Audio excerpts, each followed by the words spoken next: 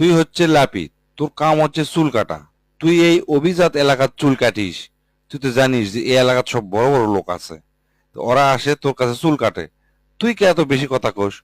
আসবি, সালাম দিব, সম্মান করবো, চুল কাটে দিব, ওরা চলে যাবি। স্যার আমার কোনো দোষ নাই স্যার, আমাকে ছেড়ে দেন স্যার, আমাকে কৃষকে থানাতে নিয়ে যাচ্ছেন স্যার। আমি তো বুঝতে পারছি না আমার কি দোষ স্যার, না ভালো করে খুলে কোন স্যার। আমি তো কারোর সাথে কোনো অন্যায় করিনি স্যার। কিছু করিস নি তাইলে? তুই তো মহা অপরাধী রে, তুই চরম অপরাধ করছু। কে রে, তোর এলাকার যে বড় নেতা আছে তোর কাছে চুল কাটবে আসছিল সেদিন, তুই নেতা তুই কি করছু রে? তারপরে তার 2 দিন পরে একটা বড় একটা সরকারি কর্মকর্তা তোর কাছে আসছিল, তাক তুই কি করছু রে? আর তুই এত তথ্য তুই ক্যাঙ্কা করে জানলো আমাকে ভালো করে খুলে ক। ও রে আল্লাহ, সেই কথা তেমন তো কিছু নয় স্যার। ওই যে অমুক নেতা আসছিল আমার ছেলের মতো আসে, চুল কাটার সময় আমি খালি কছি যে স্যার আপনি বলে ঘুষের টাকায় চলেন, লোকজন তো আপনি মহা খেপা, আপনি সাবধান হয়ে যান, কোনো ভালো হয়ে যান। এই কথা কতে ওই নেতা আমাকে ধমক দিয়ে করছে চুপ কর, চুল কাটা কাম চুল কাট।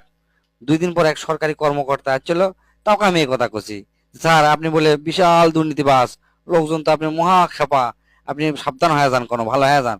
ওই সরকারি কর্মকর্তা আমাকে ধমক দিল, দেখছো মুখ বন্ধ কর, তোর কাম তুই কর, আমি চুল কাটে দেন। এক না কছি তাতে আপনারা একটা আমার দোকান ঘেরাও করে পুলিশ দিয়ে ধরে নিয়ে আসবেন, এটা কথা হলো স্যার? অবশ্যই সাংঘাতিক ব্যাপার। তুই এত বড় বড় নেতা করো এল্লা কবু কৃষক রে? আর তোর উদ্দেশ্যটা কি ভালো করে কত হামাক। তেমন কিছুই লয় স্যার, আমার কোনো উদ্দেশ্য নাই।